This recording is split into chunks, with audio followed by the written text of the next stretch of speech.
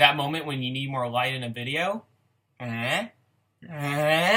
What is up, guys? This is McMade Cheapman here. Welcome back to another video. And today we're going to be doing a book rant. The first time I tried to do this recording, I called it a book haul, but it's not that. It's book rant number 22. So I'm really excited to do another book rant. I'm trying to get a lot of videos done this weekend so I can just get stocked up for the next week or two.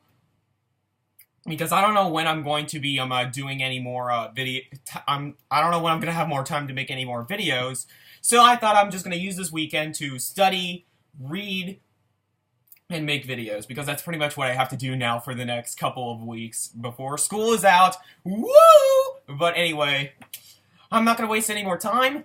Let's get into this. Alright, so what this book rant is mainly comprised of is books that I'm going to be reading. There's not going to be any reviews. I'm saving those for a separate video. But book rants are really just what I'm going to be planning on reading. So pretty much just kind of like a TBR sort of discussion-like video.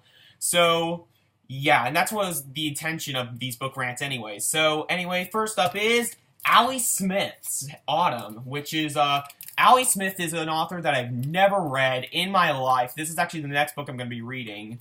But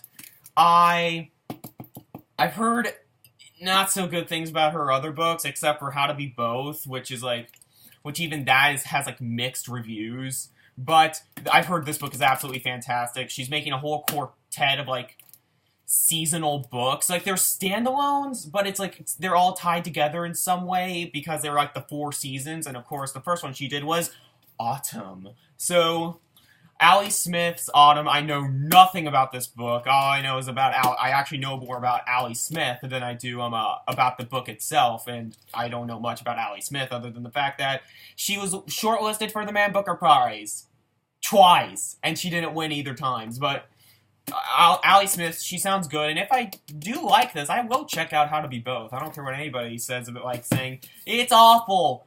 A lot of my favorite books people say are awful, so I'm not going to trust people's opinions. Alright, the next book I'm going to be reading is the PostBirthday World by Lionel Shriver. I've talked about this before in a video, I think in my last book rant actually. But PostBirthday World, I'm doing this as a buddy read with Kate. She already started it. She's kind of to it so far, but I love Lionel Shriver. Why does that make me, that makes me all confuzzled inside. The PostBirthday World, it's about like, it's one of those, like, relationship-based books, and when those are done right, whoo, they are done well. They are done well. In fact, the most famous relationship book of all time that's, like, based around a relationship I have to read for a summer assignment. So expect a video on Pride and Prejudice by Jane Austen during the summer. I tried to read that book before. I don't like it, but I now have to read it. But the PostBirthday World sounds great. I'm digressing immensely. But Lionel Shriver, I've read We Need to Talk About... Ugh, why am I so bad with words today? I've read We Need to Talk About Kevin and loved it. So hopefully I love this as well, because it sounds just as awesome. In fact, this one actually appealed to me more than We Need to Talk About Kevin. But I loved that book, so hopefully I'll love this one as well. Alright, this next book is a title that needs to have grammar check on it. I don't know, but Chocolat by Joan Harris. This is probably contender for one of those beat up library copies I've ever seen. Like, look at this. Look at this. The back has wear like you never believe it. Like, and the one thing that's perfect, obviously, these things never get damaged, especially in paperbacks. The spine. No, they never get damaged. But anyway, enough sarcasm.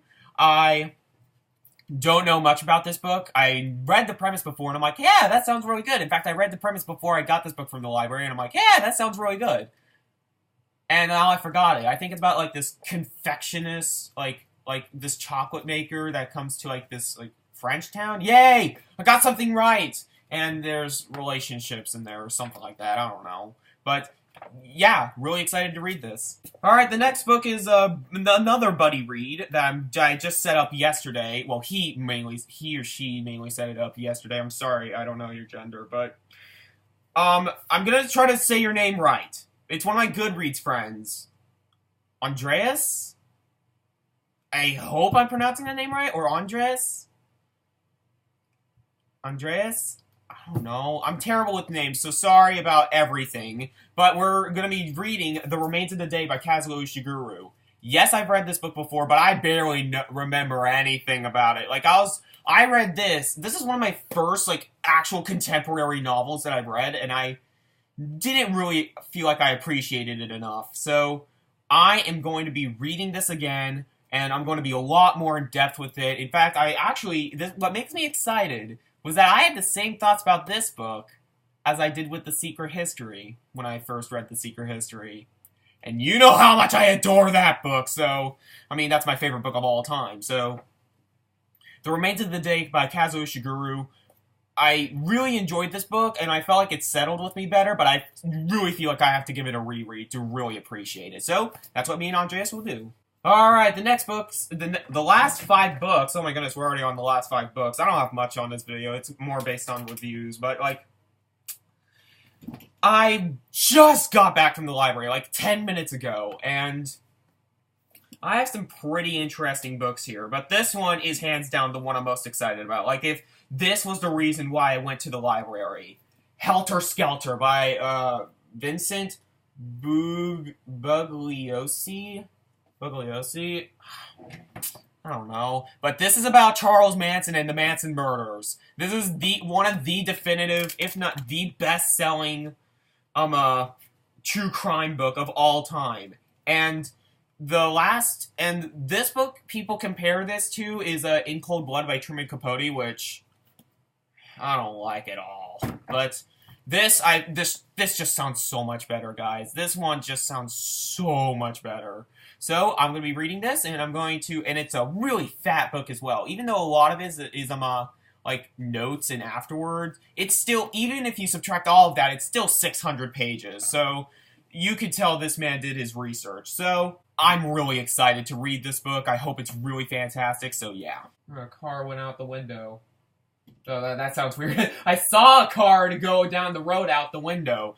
That would have been more interesting if a car actually went out the window. But anyway, the next book that I have is The 100-Year-Old Man Who Climbed Out the Window and Disappeared by Jonas Jonasson. Yay. Yet again, another contender for the most beat-up library copy ever.